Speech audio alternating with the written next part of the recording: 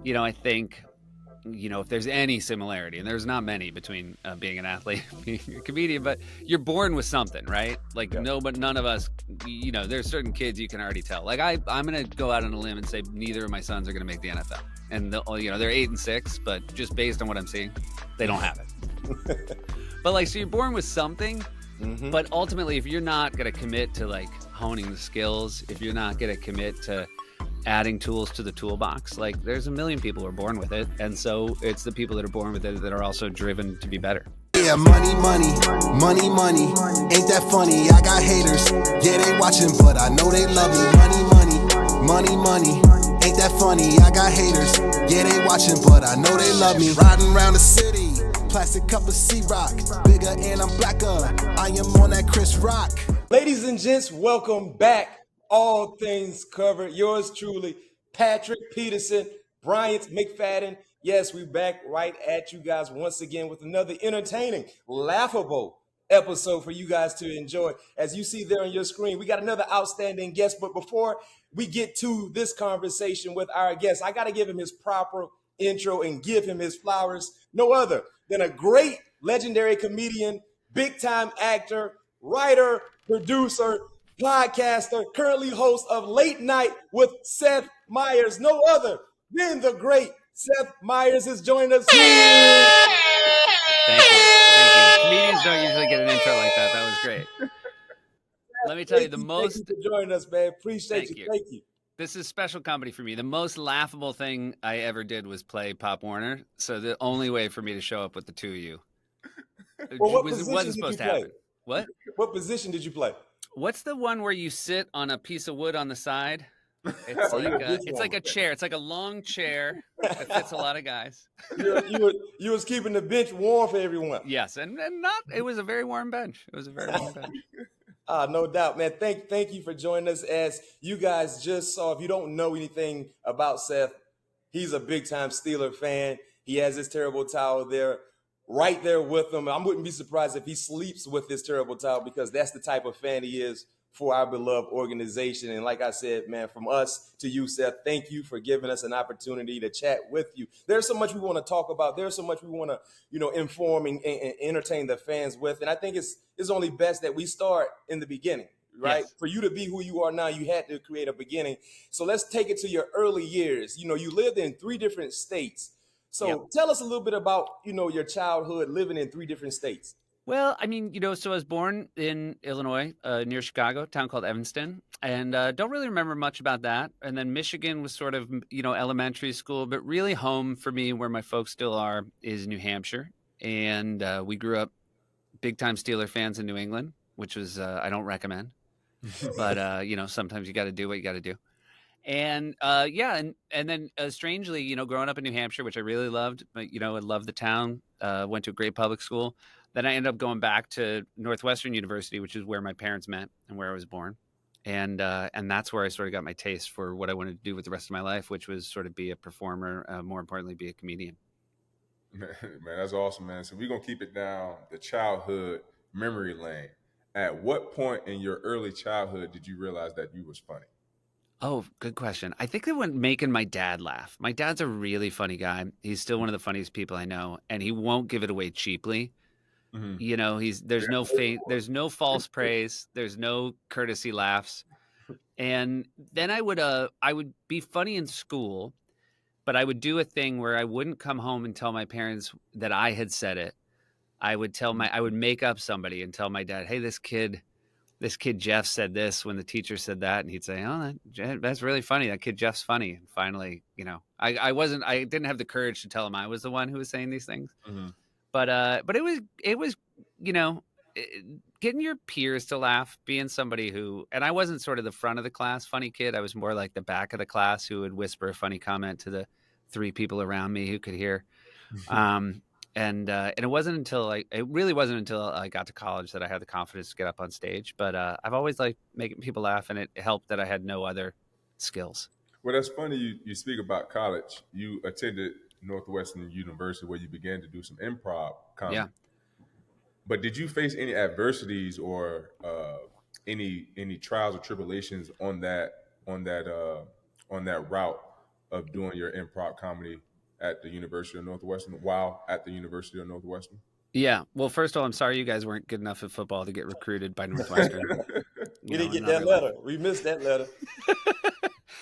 Yeah. So interesting. Like we had this really good improv troupe at Northwestern, and they're called Meow, and I saw them my new student week. So for before class even started, there was like a assembly where these kids performed. It was one of the funniest things I ever saw, and I was like, oh, that's what I want to do. But you had to audition for it, and I auditioned for it every year, and I did not get in until my senior year. So that was the adversity, which was that heartbreak year in and year out, because I knew it was something that I'd be good at, but they only had 8 slots, and and they were never wrong. The people they picked were funnier than I was, but I took initiative, which is, Chicago's sort of the home of improv. So, it was about 40-minute commute on the L into the city. And even while I was still in college, I started going down, taking improv classes with professionals.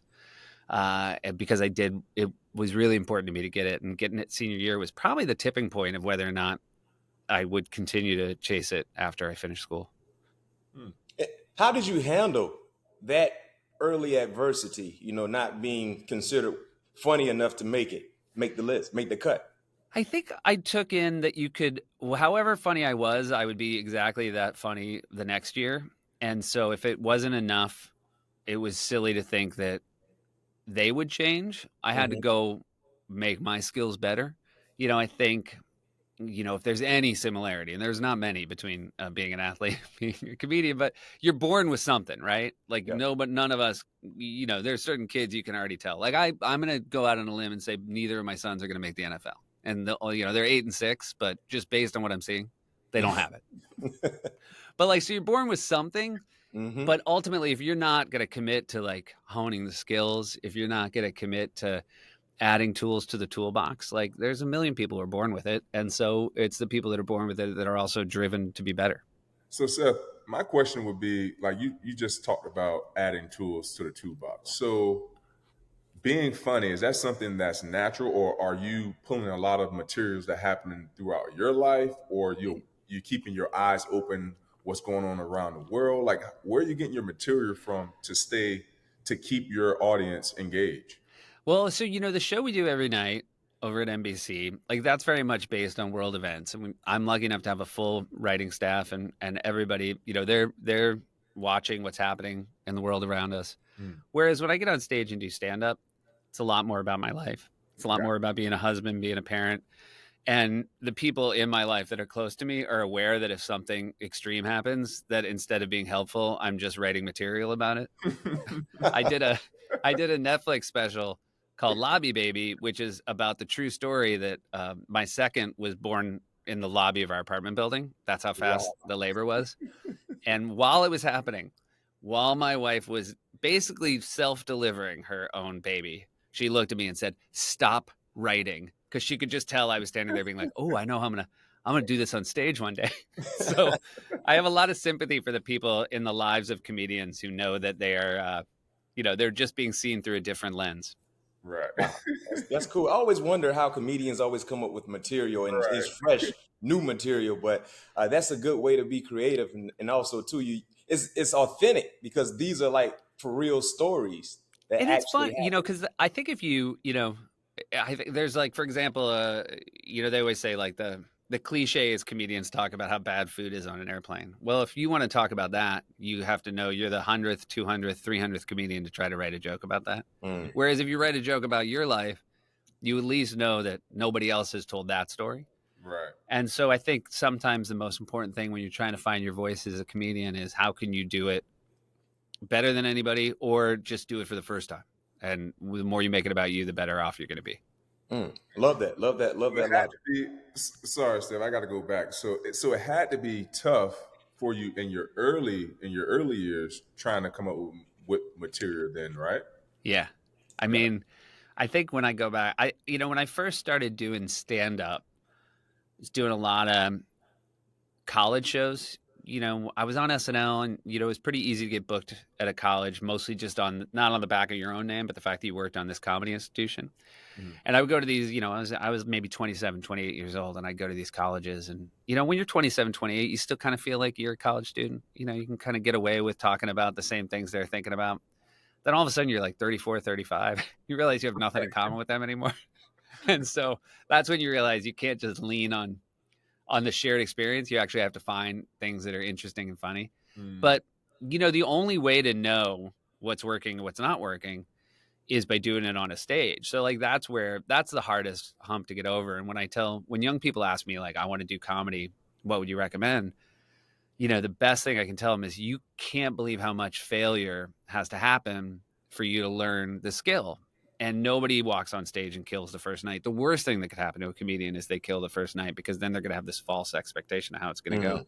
Yeah. And so, bombing is so valuable, and it's also easier the younger you are. I'm always saying, like, start young, because it's almost like each year you're going up one more rung on the ladder, and that's just going to make the fall worse. Young people are supposed to fail. So if you want to be a comedian, anything you want to do, I'm always like, start early, learn the lessons while less people are watching. Love that. And you talked about SNL, which is one of my favorite shows, by the way. I really love Saturday Night Live. In 2001, you actually got an opportunity to join the Saturday Night Live cast. Two-part question for you, Seth.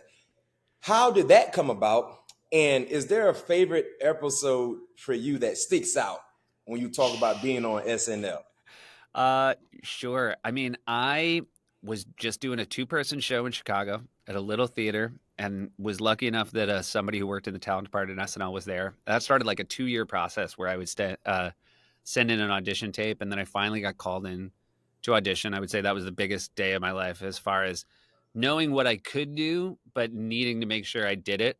That the weight of the moment didn't give me, that I didn't rise to it, And I always say butterflies are good. We made the observation, a writer that I worked with at SNL, when the host wasn't nervous, you knew the show was about to stink. Yep. Because you want people to be nervous to take on something.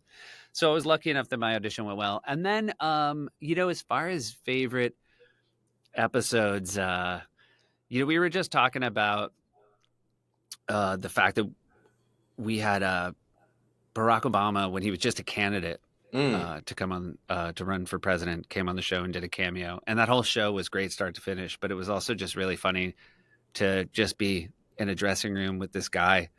He was like a senator from Illinois, and just really easy to talk to. And then just, a little bit later, he was president of the United States. Was Barack a cool dude? Was he like even keel? Was he like just? I mean, ice cold. Okay, ice cold. I mean, I just told this story, but I wrote a sketch where it was a Halloween party, and he walked in wearing a Barack Obama Halloween mask.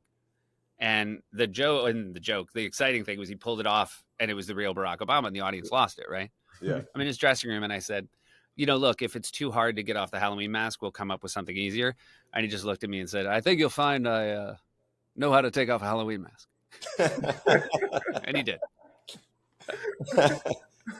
So that's pretty cool, man. I would like to meet Barack Obama one day. No question. Yeah, I would like to meet Barack Obama. You won't be disappointed. So in 2014, February 24th, you was officially hired as to Saturday Night Live. That's How correct. surreal was that moment for you when you got that call, or when you got the message that you was going to be on Saturday Night Live? Well, that was 2014 was late night. So Saturday Night Live was 01. That phone call, I'll remember the rest of my life. So late night. Yeah. Right. So late night was weird because Jimmy Fallon had left to take over the Tonight Show, and there was an opening. I just never thought it would be something I would do. And so, whereas when I got the call for SNL, I'd auditioned for it. I was waiting for the phone to ring. They told me I knew my whole life had changed. Late night was a stranger call. Lorne Michaels, who was my boss, obviously, at SNL and is my boss today, he sort of called me and said, I think you'll do it and you'll be good at it. And when he hung up, it took me like an hour before I realized, wait, did I just get that show?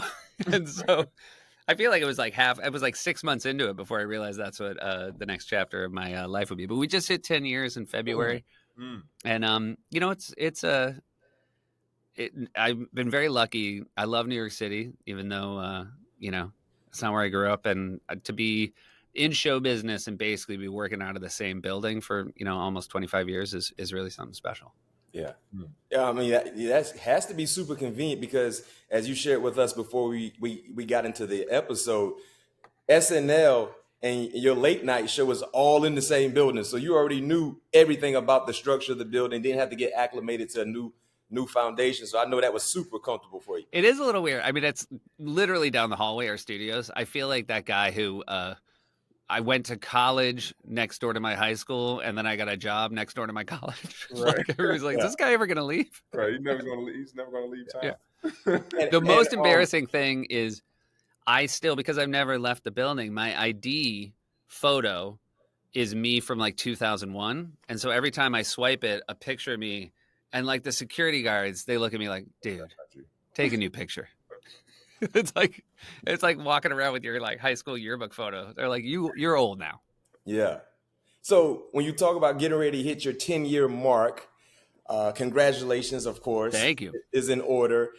Who has been your favorite guest on your late night show?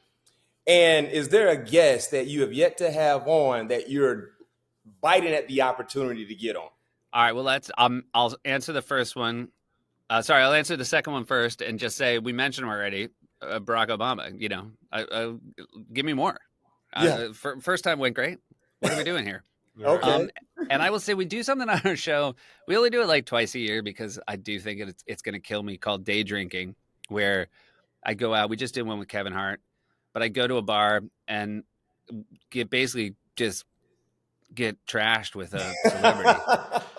And the best one I've ever done was with Rihanna.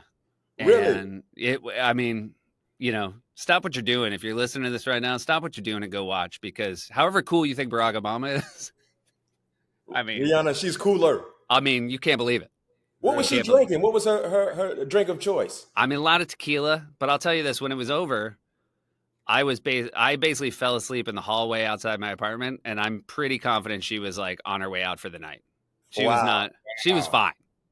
Oh, she can go. She can hold her own. When I should know. This is before she was a mother of two. So she was. Yes. Yeah. Right. So she was very responsible for her to go out. Well, who is a better drinker, Rihanna or Kevin Hart? Oh, Rihanna. Kevin got messy. Kevin called me the next day and was very angry. He was very angry with how it went.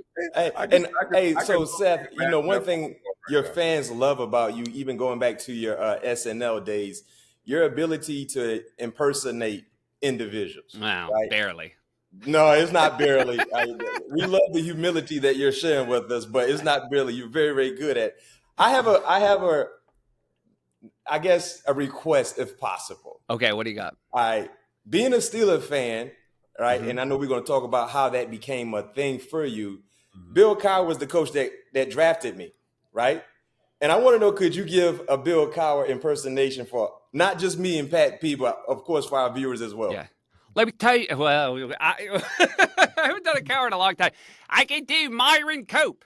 Here come the Pittsburgh Steelers are coming out to the field. That's my best Myron Cope. That's good, Myron. That's a good Myron Cope. No question. Who created the terrible towel, which is now a big thing in professional sports. What about Peyton Manning? Can you do Peyton Manning? I can't really do Peyton Manning, but I will say Peyton Manning was, he's the pinnacle athlete host in my time at the show. Like nothing I'd ever seen. The secret's obviously out, how funny Peyton Manning is now, but he was really a great person to spend a week with. Yeah, I can imagine. That's cool. So let's transition to our sports then. Let's do it, finally. Sports fan. Yep. Of your Red Sox, Celtics, Pirates, Penguins, and the Steelers. Nothing more than the Steelers. A Steelers fan, and what is your favorite Steelers game or moment? So my dad's from East Liberty, Sliberty, as people in Pittsburgh. East Liberty. Went to Peabody High School. And he went to the Dilworth Academy, which I think might now be named after Barack Obama. I think, and I'm not making that up. But he, huge Steelers fan, and he just gave it to us as kids. That was the thing. I remember one of my birthdays, my present was the 4 at the time, the 4 Sports Illustrateds with the covers after the Steelers won the Super Bowls. Wow. Do you And still have those? I do still have those. Those were like the Dead Sea Scrolls. It was like guard these with your life. Wow. And that was really great. And then, the biggest one for me, even though it wasn't the best game, but that we were there in Detroit in 2005. And, That's my rookie year. dad, it had been so many years since the Steelers had won one for the thumb, and just being there with my brother and my mom and my dad, and we'd suffered through some tough losses over the years, and just watching my dad sob into a terrible towel. That's like a top 5 moment of my life. It was the best. Wow. That was my rookie year. And as you guys were sobbing watching us, I was sobbing during the national anthem when Aretha Franklin sung that national anthem. It was like, wow, this is like big time. Yeah. This is big time. We took over Ford Field. Yes, it was. It was. I mean, there were no Seahawks fans there. And that was the homecoming game for Jerome too, right? Yes, it was. Yep. And when and Brian, when you reached out to ask me if I'd like doing that, I mean, I was that Colts game. I mean, look, we're not there if it's not for you breaking up that pass, Brian. We all know. I appreciate it. I just didn't want to be the reason why we don't go to the Super Bowl, because you know how the fans are. I mean, not only did you save Pittsburgh, save the bus, man. Save the bus. Yeah. All-time good guy, man. JD. I mean, one of the best. And he saved us for years, so he was owed one. Oh, no question. No question. That's what we do. It's a brotherhood. Until this day, all of us are super, super close, super tight, man. And that's the unique thing about that organization, how the Rooneys, built that organization into one of the more successful professional teams in all of sports. And we had some back and forth. So, Pat, real quick, when I hit up Seth this weekend, it was Sunday night, I think it was. I'm like, making sure we still ready to go to jump on the episode. Seth hit me back, Pat. He said, "Listen, if we were 0-2, if we were 0-2, I would cancel. And if we were 1-1, you said, I can't remember what you said. I said I was a maybe. If we were 1-1, I'd be a maybe. Yeah, 2-0. Since we 2-0, he's gonna give us the best he has. Best I have. I mean, I'm over the moon. I'm so happy. And by the way, I know there's a lot of complaints about ugly football. I love ugly football.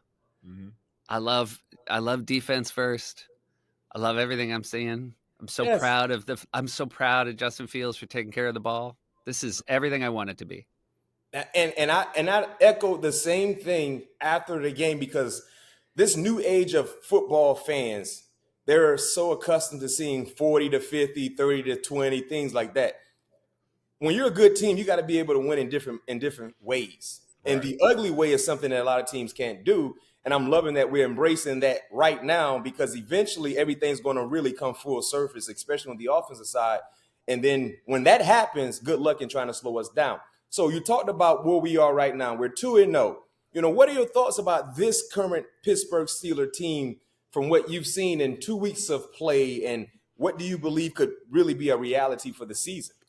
Well, again, we need to see a lot more. It does seem like Arthur Smith and Mike Tomlin are on the same page. Mm-hmm. It seems like he's trying to call the sort of offense that Mike wants, which is don't risk it. My defense will take care of us. And then eventually we're going to figure out how to put points on the board. But we're going to find out so much against San Diego, right? Yeah. I was happy seeing Atlanta beat Philadelphia. I thought, maybe they're better than they looked against us. That's really exciting. But I go into every season incredibly optimistic. It's the only way I can live with the Steelers. So just know if you're listening thinking, wow, Seth seems really high on the Steelers. I'm always high on the Steelers. As you should be. I'm always high on the Steelers. I got too many. I will say, Steelers fans are impossible. I get it. They're impossible. Everybody thinks the 70s is like how it's supposed to be. Nobody gets the 70s. Just be happy it happened in Pittsburgh and enjoy the rest of it. Enjoy how good this team has been. Right. Yeah. Even people who complain about, Tomlin's streak and never having a losing record, and they complain about, how many years it's been since the playoff win. We're football fans. We're spending 4 months with a team. You want a winning team. I'd much rather, sure, would you rather a Super Bowl? But I don't want a Super Bowl if it's surrounded by rebuilding years and the years where it's all of a sudden it's October and you're sick to your stomach watching your team. This team's been interesting to watch. This team was interesting to watch with Duck Hodges as quarterback. Like, Yeah. it's amazing. Duck Hodges. I forgot about the Duck Hodges. Quack, quack. I was at the first Duck Hodges game. And hey, real quick before we transition to superlatives, you talked about Duck Hodges, who is a former quarterback. Let's talk about the current quarterbacks. Yes. Should Justin Fields remain QB1 based on what you've seen in 2 weeks of play? And we don't know if he will get the start, as you mentioned, against the Chargers this week.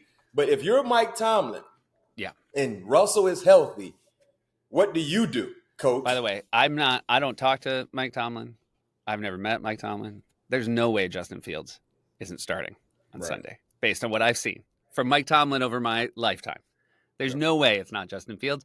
And it's kind of laid out perfect for Mike, which is this. Look, if Justin beats the Chargers, Justin's the quarterback, right? And then if he doesn't, it's perfect time to bring Russ back from this, calf injury that none of us understand. And so I think it's perfect. It's laid out perfectly. But I don't think you take him out right now. I don't think you put in Russ. No, you can't do that. And it's kind of like a situation that happened last year with the team trying to figure out which quarterback was the right one to put in there. Then, Mason went off and won a couple games, and Kenny got healthy. Yeah. You got to leave the hot hand in there. He's playing winnable football right now, not turning the ball over. Defense, like you talked about earlier, defense is playing outstanding, keeping teams under 10 points. That's a recipe for winning. And Coach Tomlin always talk about the formula of winning, every week when we get in those Wednesday meetings. And we go out there, they go out there each and every week, run the football, take the ball away from the defense, and don't turn the ball over. And that's the recipe for winning. Also, I feel like, even for the calls Fields got with the defensive pass interference, like, you got to give him those yards. And then he's been jobbed a few times. You guys are DBs. Was that OPI against Pickens against Atlanta? No, I didn't think so. Okay. Hey, Pat, I don't know. Because we don't usually get those calls. Yeah, we don't get those calls, but we've seen push-offs way worse. Yeah, than that's you're what right. If they're going to call that, they should have been calling that 20 years ago, because receivers always jockeying for a position. We're never in a position to where we can go break up the ball when the ball is in the receiver position. And also too, Seth, what a lot of people don't realize as DBs, that's a little simple little push, a quick jab. It does a lot when it comes to creating separation. Of course. And we argue that all the time. The refs like, bruh, he hit me with a quick jab. Oh, no, it didn't impact the play. Yes, it did, because I would have been closer. Oh, man. I mean, I can't even imagine when you guys are talking to those refs and you're like, do you know how fast I'm running? Do you know how much I'm thinking about? Somebody pushing you a little bit. Yes. I will tell you, last year we've had a terrible, by the way, we're bad luck city with the Steelers in recent years. We go one game a year. Mm-hmm. Last year we went to that Arizona game, which was a disaster. Kenny got hurt. That's when Mitch came in. Man, disaster. Just one of the ugliest games I've been to. The year before we were there when Mitch got benched and Kenny came in against the Jets, had that game in hand, 2 turnovers last night. Anyway, that Arizona game, there was a DPI. No, sorry. Yeah, there was a defensive pass interference in the end zone against Joey Porter Jr. I was in a box with both Joey Porter and Santonio Holmes, and they threw the flag, and Joey, and again, it's what any dad should do, right? And he goes, how do you call that pass interference? And Santonio goes, Joey, it's still illegal to tackle the wide receiver. Right. And it's very fun to, like, obviously, they were both rooting for the Steelers, but even Santonio, as a wide receiver, he's like, Joey. Yeah. So, hey, Seth, you said the last 2 games you attended, we lost? Oh, bad. And I mean, you know what? Actually, 3. Here's the worst part. I think all 3 games I've been to, there's been a quarterback change, because I think I missed the COVID year, and then there was a Ravens game where it was the one where Mason got hurt so bad they had to carry him off without his face mask. Remember, he was just wearing. He got concussed. Yeah, it was like Leatherhead's helmet. Yeah. And then that was the first Duck Hodges game. So yeah, I get it. I'm in bad form. Here's the good news. We usually go in October. We put off our visit until December, and if there's playoff implications, we just won't go. Yeah, and by that time, everything should be solidified when it comes based to on, come on. seeding. So based on how the rest of the AFC North is playing, we'll have this wrapped up by Thanksgiving. I hope so. No question. So, Seth, before we let you go, we're going to transition to the superlative part of our show. We're going to hit you with rapid fire questions. Can't wait. Honest, unbiased answer. Pat P, you got the first one. Seth, what is your favorite vacation spot? Favorite vacation spot for me would be, we went to Uruguay once, and it was amazing. Uruguay. Long trip, but worth it. You know, Pat is the traveler out of me and him. Pat, have you been there? No, I have not. Good news, it's a long flight, but it's the same time zone. So, it's like 10 hours down, straight down. Okay. So you don't have jet lag, but it's like trees you didn't know existed in the world. Wow. Yeah. Okay. Man. That's dope. That's dope. All right, my question for you. Start, sit, cut. Chuck Noll, Bill Cowher, Mike Tomlin.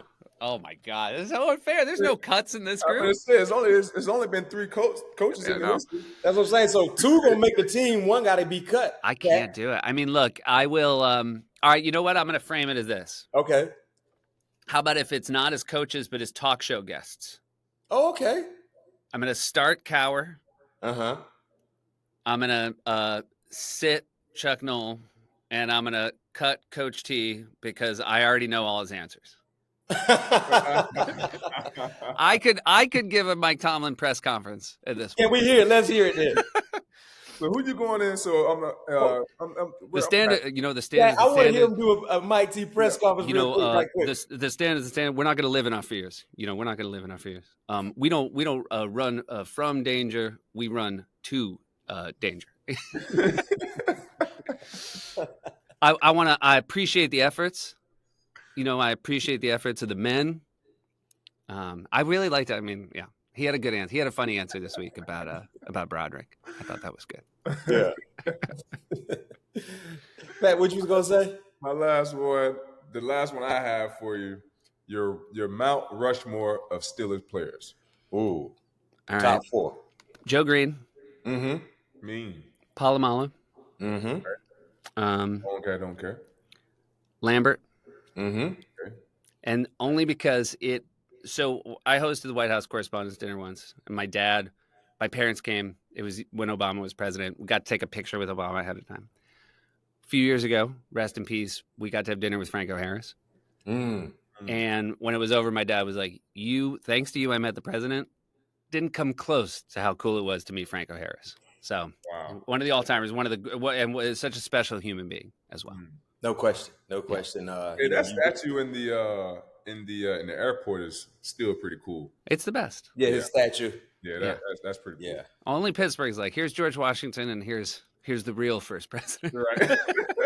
And the thing I love about Franco was not just because he was a great football player, but he was a great individual, great guy, and he just kind of cultivated a culture. Being Italian, and just how that culture just embraced Franco, and also to embrace the game of football was something at that time you wasn't accustomed to seeing. Right. Yeah. You know what I mean? So, and that's the thing I love about the Steelers. When you talk about great players, there's an endless conversation of guys you can talk about. But there's an endless conversation of guys who really changed the dynamics of the game of ball, how it once was to currently what it is now when it comes to different cultures and different backgrounds being super influential into what we see as entertaining sports. So Franco is, definitely missed and all around great guy. And his impact will forever be felt because that immaculate reception is something that all generations will know of if you love ball.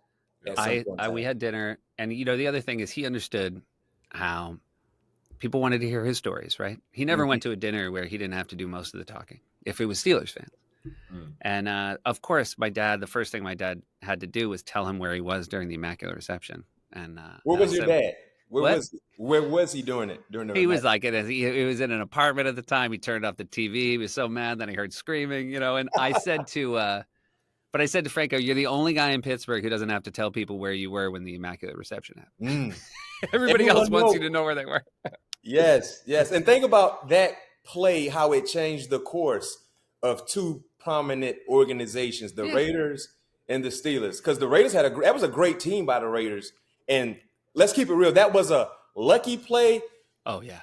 more than anything. Oh yeah, it's not like It's Yeah, not it like wasn't the Raiders executed. played bad defense on that one. It seemed like pretty good. It was just a lucky play, and you know how the cliche is better to be lucky than good. Yeah. But that brought another Super Bowl for us that led to 4 in the 70s, and it took one away from our arch rivals at that time, who was the Raiders. Until Raider fans still hate the Steelers till this day. What because of Bring it of on. that. Bring it on. Yeah, we welcome that. We welcome that. They can't even keep the team in one place. I know, right? Better yet, coaches. How many head coaches have they had? Oh my God, Locations. they're paying them all the time. They got one of the best jobs as a recently fired Raiders coach. Oh, and it used to be Cleveland Browns as well. Recently fired Browns coach. Yeah, that's true. Yeah. Okay, my last one for you right here. Okay, you just attended the Emmys. Matter of fact, you was sharper than a cut piece of glass. Thank you very much. Yeah, his suit game, Pat P. He always he's a very, very stylish guy. So Keep it simple, but keep it tight. Well tailored, nice stuff. Oh, that wasn't Taylor? No, it was real tailored. That's what I mean. Okay. Like I don't take big swings, but it's like a well tailored suit. You know what I mean? Right. Oh, I was about to say that was that because I like my suits to fit me like I was born in them. I like mine to only fit my body. Right, exactly. Right? That's how I come out the womb with my suit on. I don't want it to fit nobody else but my body. That's how I like mine. And yours look like that. That's so yours aren't tailored as much as they're shrink wrapped. That's how you look. Right, exactly. That's what it sounds like. No. I just got to fit my body. Only me. So Scratch your back, man. What's up? So you won't even be able to stretch your back. Yeah. Hey, so what? I want to look like I was born in. I came my mama with my suit on. So you attended the Emmys. Mm-hmm. Clearly, that's a monumental event to be a part of in your career. Yes. Right? But what would make you happier? Winning an Emmy or the Steelers winning the Super Bowl this year? Steelers winning the Super Bowl this year. Not even close. In fact, on my way to the Emmys, we're driving there. Steelers wrapped up that game against Denver. And I was like, it's all good now. I'm leaving a winner. I don't know. And by the way, because I did not win the Emmy. But I mean, by the way, I'll trade an Emmy for a win against the Broncos. I'll trade an Emmy for a win against Bo Nix. Hey, no one should ever question your fandemonium when it comes to the Pittsburgh Steelers. A big time fan. It's real. And I love speaking things into existence, right? And when I was at training camp, Seth, I was talking with Mr. Rooney, Omar, our GM, and a few other guys, right? And I said, I'm a believer in trends. I follow the trends. I said, the last time the Boston Celtics won a championship was 2008. That's right.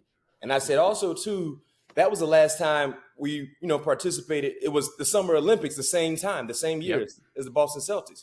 So I said, well, what team won the Super Bowl in 2008? They was like, oh, it was us. I said, yes. And I said also, too, if you remember that very off season, we were being picked 3rd or 4th in our division. No one thought we had a chance because of our strength of schedule. I said, Celtics won. Summer Olympics was right around the corner. Pittsburgh won. And I'm like, I see it coming full circle. And then Mr. Rooney hit me with something I did not know. He said, well, BMac, the very, very first Steelers Super Bowl was where? Now, Pat P will tell you, I'm a historian when it comes to football. I'm like a Wikipedia encyclopedia.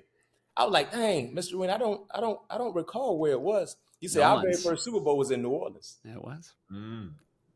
Yes, it was.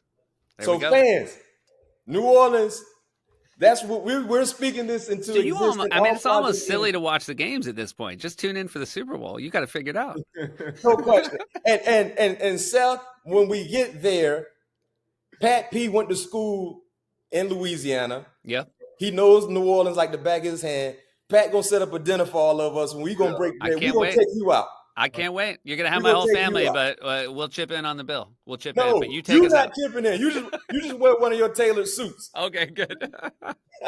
Thanks, gentlemen. This is a blast. Oh man, this is wonderful. Thank you once again, Seth, for joining us, man. No other than a great Seth Meyers, host of Late Night with Seth Meyers. Please tune in and watch him weekly. Entertaining comedian, actor, writer, producer, podcaster, all of the above. All around great guy. Seth, thank you. You always got a seat at our table here on All Things Covered. And we will see you soon, my friend, especially when the Steelers get to New Orleans. Dinner. Can't wait. Set it up, Pat. Let's start making the calls right now. First class everything. First class everything. All right, thank you, fellas. Yeah, money, money, money, money. Ain't that funny? I got haters. Yeah, they watching, but I know they love me. Money, money, money, money. Ain't that funny? I got haters. Yeah, they watching, but I know they love me. Riding around the city, plastic cup of C-Rock. Bigger and I'm blacker. I am on that Chris Rock.